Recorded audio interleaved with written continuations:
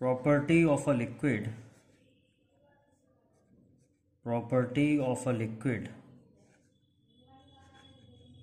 due to which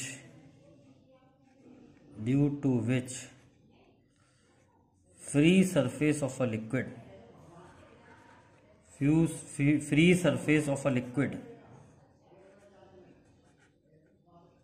behave like stretch membrane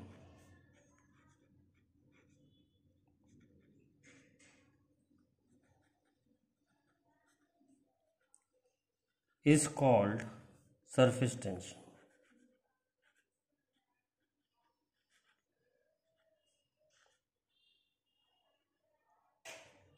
This property is found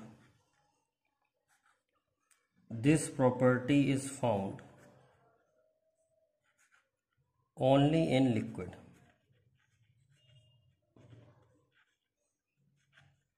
अब देखिए example से समझाता हूं आपको। मान लो ये टैप है एक, और आप इसको धीरे धीरे करके खोल रहे हैं, तो यहां पर एक पानी की बूंद बनना स्टार्ट हो जाएगी। तो इस सरफेस को देखो, ये एक रबड़ की तरह बिहेव कर रहा है, बैलून की तरह बिहेव कर रहा है, ये एक मेम्ब्रेन की तरह बिहेव कर रहा है, इसके अंदर पानी भर रहा है। तो लिक्विड का सरफेस एक मेम्ब्रेन की तरह काम कर रहा है, एक गुब्बारे की तरह काम कर रहा है जिसके अंदर पानी भर रहा है। जैसे जैसे बूंद बड़ी होती जाएगी, वजन बढ़ता चला जाएगा, और फिर ये जो मेम्ब्रेन है ये फट जाएगी और पानी बाहर आ जाएगा इसमें से। तो जो लिक्विड का सरफेस होता है वो एक मेम्ब्रेन की तरह काम करता है। इसी प्रॉपर्टी को हम कहते हैं सरफेस टेंशन। सरफेस टेंशन केवल लिक्विड में पाई जाती है, सॉलिड में नहीं होता, ऐसा गैस में नहीं होता। तो लिक्विड की ये प्रॉपर्टी जिसमें फ्री सरफेस ये फ्री सरफेस है, इसका free surface of a liquid behave like a stretch membrane is called surface tension. तो आगे हम देखेंगे सरफेस टेंशन की वजह से कौन कौन से फिनोमेना सरफेस टेंशन से जुड़े हुए हैं। तो how to calculate surface tension. Surface tension निकालना बड़ा आसान है। Surface tension can be found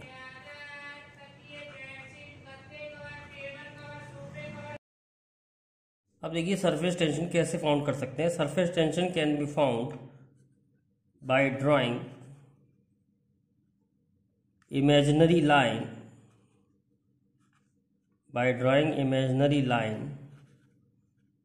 on liquid surface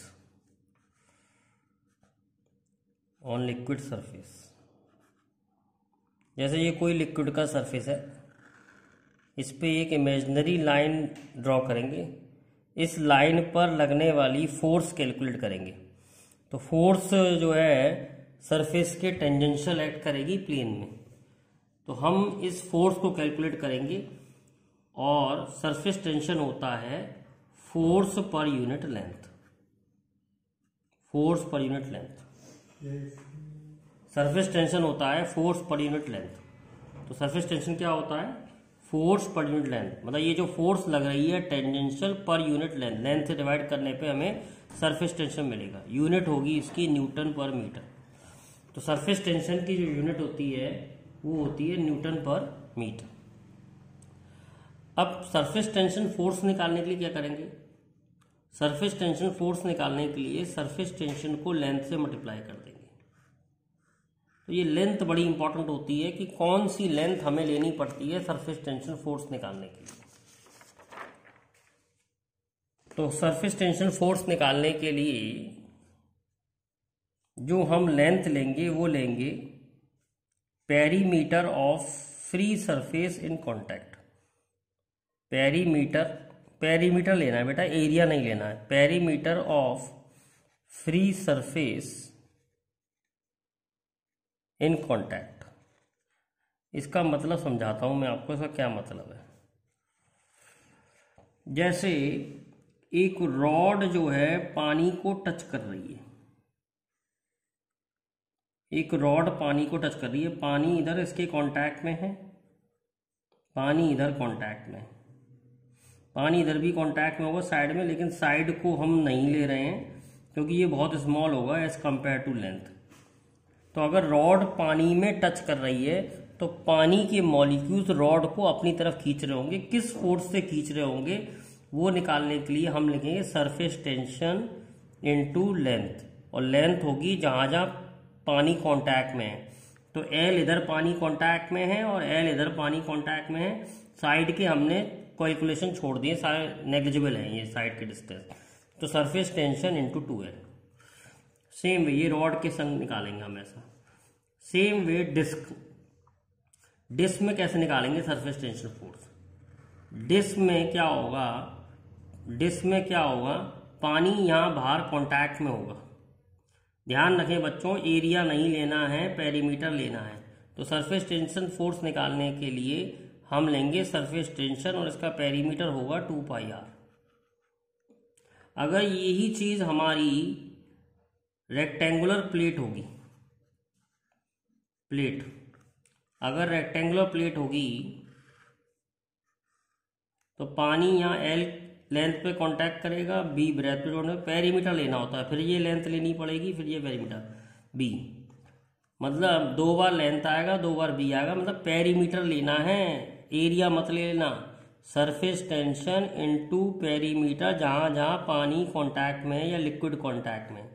तो surface tension into 2L plus B. Suppose ये रिंग होती, अब देखो रिंग के केस में क्या है, मान लो रिंग का रेडियस R है, रिंग का रेडियस R है और बाहर का अंदर का रेडियस सेम माना है हमने, मतलब पानी अंदर भी कांटेक्ट में आएगा और पानी बाहर भी कांटेक्ट में आएगा। तो जहां जहां पानी कांटेक्ट में आएगा वो फोर्स हमें लेनी पड़ती है, वो हमें लेंथ लेनी पड़ती है जहां जहां पानी कांटेक्ट में आएगा, उसका पेरीमीटर। तो पेरीमीटर 2πr अंदर कांटेक्ट में, 2πr बाहर कांटेक्ट में। अगर अलग अलग रेडियस होगा तो अलग अलग रेडियस ले लेंगे, लेकिन फिलहाल रिंग को मैंने बहुत थिन माना है, तो अंदर का रेडियस बाहर का रेडियस सेम है। तो मैं लूंगा फोर्स निकालने के लिए, सरफेस टेंशन फोर्स निकालने के लिए, सरफेस टेंशन इनटू 2πr अंदर का और 2πr बाहर का। तो सरफेस टेंशन फोर्स निकालने का फॉर्मूला हो जाएगा surface tension into 4πr। Same way अगर लूप हो, रेक्टेंगुलर लूप हो, ऐसा रेक्टेंगुलर लूप हो जिसकी लेंथ L है और B ब्रेथ है, L लेंथ है B ब्रेथ है, तो फोर्स हो जाएगी surface tension into 4L plus B. बेटा 2L प्लस बी तो पहले ही आया था बाहर का, 2L प्लस बी तो पहले ही आया था, 2L प्लस बी बाहर का और 2L प्लस बी अंदर का। इस तरीके से हम सरफेस टेंशन फोर्स निकाल सकते हैं। अब हम इस पे एक एग्जाम्पल करेंगे जिसमें हमें सरफेस टेंशन फोर्स कैलकुलेट करनी है, सरफेस टेंशन फोर्स कैलकुलेट करनी है।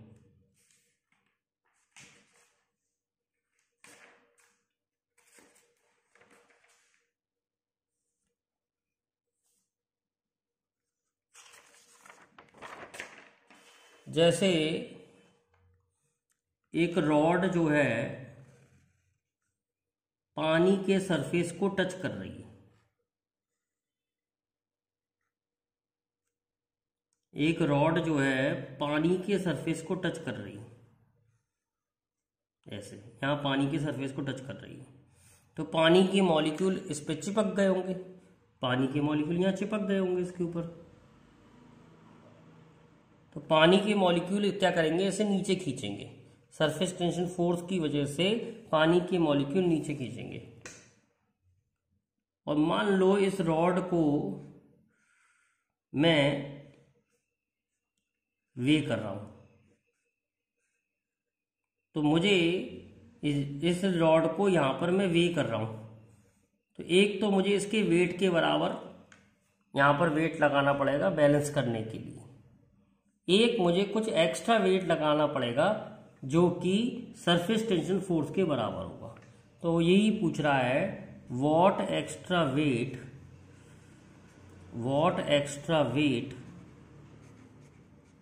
must be kept to balance surface tension force। Given surface tension of water, given surface tension of water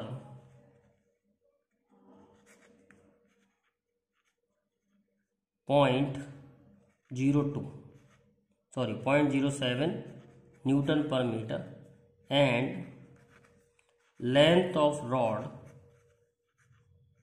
5 centimetre.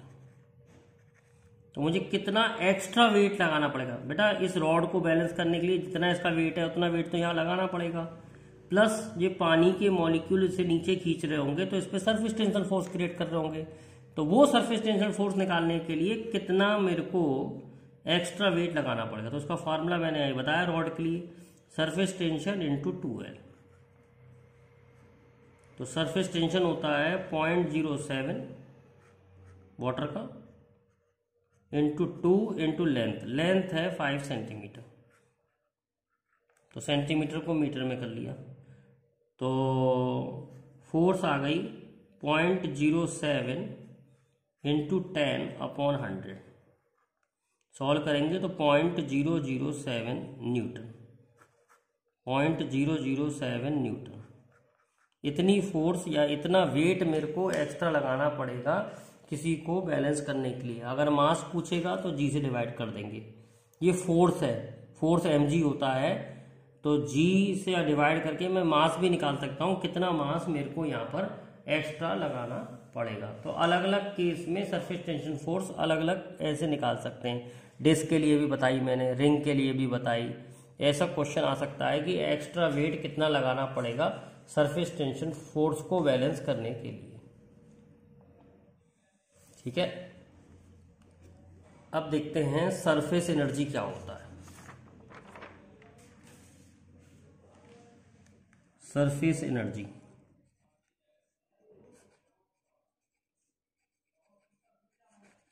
Surface energy work done in stretching, work done in stretching liquid surface is called surface energy. Liquid surface को बड़ा करने में जो work करना पड़ता है उसको surface energy कहते हैं। जैसे ऐसे मान लो कोई फ्रेम है जिसमें ये जो है ये मूवेबल है, L लेंथ की रॉड मूवेबल है। अब इसके बीच में जैसे कोई फिल्म है, लिक्विड फिल्म है, लिक्विड फिल्म, तो सरफेस टेंशन के कारण क्या होता है, लिक्विड फिल्म सिकुड़ना चाहती है, मतलब tries to contract to minimum possible area. Surface tension की वजह से कोई भी चीज सिकुड़ना चाहती है, it tries to contract to minimum possible area. जैसे आप मरकरी के ड्रॉप देखें, अगर आप मरकरी के ड्रॉप देखेंगे, मरकरी देखेंगे तो मरकरी की जो बूंद होती है वो सिकुड़ के गोल होना चाहती है। ऐसे ही कभी आप पानी डालें जमीन पर तो आप देखेंगे कि वो सिकुड़ रहा होगा, जमीन पर पानी डालेंगे तो सिकुड़ के एक छोटे से एरिया में इकट्ठा हो जाएगा। हर लिक्विड का surface tries to contract to minimum possible area due to surface tension. अब हमें क्या करना है, इसका एरिया बड़ा करना है, मतलब हमने क्या किया, लिक्विड फिल्म का एरिया बड़ा करना है, हमें इसका एरिया इतना बड़ा करना है, इतना। तो इसमें मान लो x डिस्टेंस हमने मूव किया, तो इसका एरिया बड़ा करने में जो भी हमें वर्क करना पड़ेगा उसको हम कहते हैं सरफेस एनर्जी। तो ये लिक्विड की फिल्म इस पर फोर्स लगा रही होगी, सिकुड़ रही होगी इस पर, तो हमें इतनी ही फोर्स और लगानी पड़ेगी इस फोर्स को बड़ा करने के लिए, या थोड़ी इससे ज़्यादा लगानी पड़ेगी, इसको हम बड़ा करना चाहेंगे। तो फोर्स का फार्मूला क्या होगा, फोर्स का फार्मूला जो हम लगाएंगे वो होगा surface tension into 2L। Force कितनी लगानी पड़ेगी, रॉड के लिए जो होता है पानी ऊपर भी कांटेक्ट में होगा और नीचे भी कांटेक्ट में होगा। ये फिल्म है, फिल्म में क्या होता है, दो सरफेस होते हैं, ऊपर का सरफेस भी होता है, नीचे का सरफेस भी होता है। तो हमें यहाँ पर क्या करना पड़ेगा, हमें यहाँ पर इतनी फोर्स लगानी पड़ेगी इसे चलाने में, सरफेस टेंशन इंटू 2L। अब वर्क डन का फार्मूला होता है फोर्स इंटू डिस्प्लेसमेंट, डिस्प्लेसमेंट है x, तो वर्क डन जो आ जाएगा वो आ जाएगा surface tension into 2L into x. अब L इंटू एक्स क्या है, L इंटू एक्स एरिया है ऊपर का और L इंटू एक्स एरिया है नीचे का इस फिल्म का, तो टोटल एरिया कितना बढ़ गया, 2LX is the total change in area. फिर समझ लीजिए, L इंटू एक्स ऊपर का एरिया है और L इंटू एक्स नीचे का एरिया है। ये फिल्म है, फिल्म ऊपर, फिल्म मतलब एक परत है बस, तो एक फिल्म है, L इंटू एक्स ऊपर का एरिया है, L इंटू एक्स नीचे का एरिया है, तो टोटल चेंज इन एरिया है 2LX। तो वर्क डन का फार्मूला आ जाएगा surface tension into change in area. तो ये फार्मूला है वर्क डन का और इसी को हम कहते हैं सरफेस एनर्जी। तो सरफेस एनर्जी का फार्मूला आया, सरफेस एनर्जी का फार्मूला आया surface tension into change in area. तो ये फार्मूला हम याद रखेंगे सरफेस एनर्जी का, कि वर्क डन या वर्क निकालना हो कभी एरिया बढ़ाने में, या फिर सरफेस एनर्जी निकालनी हो तो surface tension into change in area. Energy की यूनिट आप जानते हैं, ये आंसर जो है आपका जूल में आएगा अगर आप SI सिस्टम इस्तेमाल करते हैं तो। अब देखिए कुछ केसेस में वर्क डन निकालते हैं, जैसे हम निकालते हैं work done in forming a drop, work done in forming a drop मतलब एक बूंद को बनाने में कितना वर्क करना पड़ेगा। जैसे बूंद बेटा 0 से स्टार्ट हुई, धीरे धीरे करके बूंद बनाई हमने, तो उसका R रेडियस की बूंद बन गई, तो वर्क डन कितना होगा। वर्क डन का फार्मूला पड़ा है surface tension into change in area. ध्यान रखिए कि पहले तो कोई एरिया है नहीं, पहले तो बूंद है ही नहीं, अब हमने बूंद बनाई तो कितना एरिया बढ़ गया उसका 4πr²। पहले एरिया 0 है, तो वर्क डन आ जाएगा सरफेस टेंशन इंटू 4πr²। जो जितना फ्री सरफेस बढ़ जाएगा वो एरिया लेना होता है, तो इतना सरफेस एरिया बढ़ गया है 4πr², तो हमने 4πr² लिया है। ऐसे ही आता है एक क्वेश्चन आता है work done in forming soap bubble. Soap bubble बनाने में कितना वर्क डन करना पड़ेगा, सोप बबल। अब सोप बबल का एक चक्कर है, soap bubble has 2 free surface, soap bubble has 2 free surface. Soap bubble के 2 फ्री सरफेस होते हैं। कैसे, एक सरफेस तो बाहर होता है उसका और अंदर से खोखला होता है सोप बबल, तो एक सरफेस अंदर होगा। दोनों का रेडियस सेम मान लेंगे क्योंकि बहुत थिन होता है सोप बबल की जो फिल्म होगी बहुत थिन होगी, तो 2 एरिया बढ़ेंगे इसके, 4πr² बाहर का और 4πr² अंदर का। तो वर्क डन होता है surface tension into change in area. Change in area होता है, ध्यान रखें। तो वर्क डन हो जाएगा सरफेस टेंशन इंटू 4πr² बाहर का और 4πr² अंदर का, तो टोटल हो जाएगा 8πr² माइनस 0। तो वर्क डन आ जाएगा सरफेस टेंशन इंटू 8πr²। तो ये डायरेक्ट फॉर्मूले लगा सकते हैं आप न्यूमेरिकलों में जब आपको ऐसे न्यूमेरिकल आए। अब देखते हैं work done in increasing size of soap bubble. Size of soap bubble बनाने में कितना वर्क करना पड़ता है। मान लो पहले R1 रेडियस है और अब सोप बबल का रेडियस R2 करना है, तो तुम्हें याद ही होगा सोप बबल के 2 सरफेस होते हैं तो डबल एरिया लेना पड़ता है। अब यहाँ पर साइज बढ़ाना है, तो वर्क डन का फार्मूला होगा सरफेस टेंशन इंटू नया एरिया हो जाएगा 8πr² और पुराना एरिया हो जाएगा 8πr1²। तो टोटल वर्क डन करना पड़ेगा surface tension into 8πr2² minus r1²। तो इस तरीके से हम किसी का भी वर्क डन निकाल सकते हैं। जैसे एक क्वेश्चन देखते हैं, सरफेस टेंशन ऑफ वाटर या soap bubble, soap solution, surface tension of soap solution कितना होता है। रियल वैल्यू ले लेते हैं कोई सरफेस टेंशन सोप सॉल्यूशन की। Surface tension of soap solution दे रखा है 0.03। Surface tension of soap solution 0.03 newton per metre. How much work is done in forming a bubble of radius 5 centimetre. तो work done का formula होता है surface tension into change in area. तो soap bubble के लिए हम 8πr² लेते हैं, ध्यान रखें। तो सरफेस टेंशन की वैल्यू है 0.03 इंटू 8π और आर है हमारा 5 सेंटीमीटर। सेंटीमीटर को मीटर में कर लिया, 100 का स्क्वायर। अब इसे सॉल्व कर लेंगे। सॉल्व कैसे करेंगे, ये आ जाएगा आपका 0.03 इंटू 8π और ये आ जाएगा 5 टू 10 20 का स्क्वायर, 20 इंटू 20। सॉल्व कर लेंगे तो आपका आंसर आ जाएगा, ये हो जाएगा जूल में।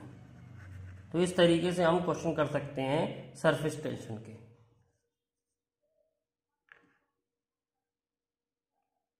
अब देखिए एक नया क्वेश्चन देखते हैं, work done in breaking a bigger drop into smaller drop। बड़ी ड्रॉप को छोटी ड्रॉप में एन ड्रॉप्स में कन्वर्ट करने के लिए कितना वर्क करना होगा। एन ड्रॉप्स का रेडियस है स्मॉलर। तो एक बड़ी ड्रॉप को छोटी ड्रॉप में कन्वर्ट करना है तो आपने देखना होगा कि इसका एरिया तो बढ़ जाएगा, सरफेस एरिया। अब बहुत सारी ड्रॉप्स का सरफेस एरिया आ जाएगा तो सरफेस एरिया बढ़ेगा, तो हमें वर्क करना पड़ेगा। तो वर्क डन का फार्मूला हम जानते हैं। वर्क डन का फार्मूला होता है surface tension into change in area. तो आपको नया एरिया निकालना पड़ेगा और आपको पुराना एरिया माइनस करना पड़ेगा। तो सबसे पहले हम ये देखेंगे कि नई ड्रॉप का रेडियस कितना होगा। तो 4/3πr³ पहले बड़ी ड्रॉप का वॉल्यूम है, फिर n इंटू 4/3πr³ छोटी ड्रॉप का वॉल्यूम है। छोटी ड्रॉप का वॉल्यूम है, r स्मॉल है ये। तो ये आ जाएगा सॉल्व करके r³ is equal to n r⁻³ तो स्मॉल r आ जाएगा यहाँ से सॉल्व करके r/n⁻⁴। तो इतना रेडियस हो जाएगा छोटी ड्रॉप का। अब वर्क डन का फार्मूला हम जानते हैं। वर्क डन का फार्मूला है surface tension into change in area. तो नया एरिया कैसे लिखेंगे, एन ड्रॉप्स हैं और एक ड्रॉप का एरिया 4πr² है माइनस बड़ी ड्रॉप का एरिया 4πR² है। अब ये एन ड्रॉप्स का एरिया लेना पड़ेगा हमें। यहाँ पर आर रेडियस की एन ड्रॉप बन गई हैं तो टोटल एरिया ये हो जाएगा। अब आपको कुछ नहीं करना है, इसमें हम आर स्मॉल आर की वैल्यू रख देंगे।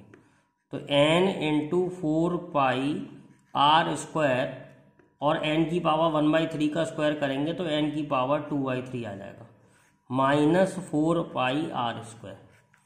4πr² बाहर आ जाएगा, सरफेस टेंशन 4πr² बाहर आ जाएगा और अंदर बचेगा n/n⁴ 2/3 -1। सॉल्व करेंगे तो वर्क डन का फॉर्मूला आ जाएगा surface tension into 4πr² n की पावर 1/3 -1। बहुत इंपॉर्टेंट फार्मूला है। बहुत सारे सवाल इस फार्मूले से डायरेक्टली सॉल्व हो सकते हैं। Calculate calculate energy required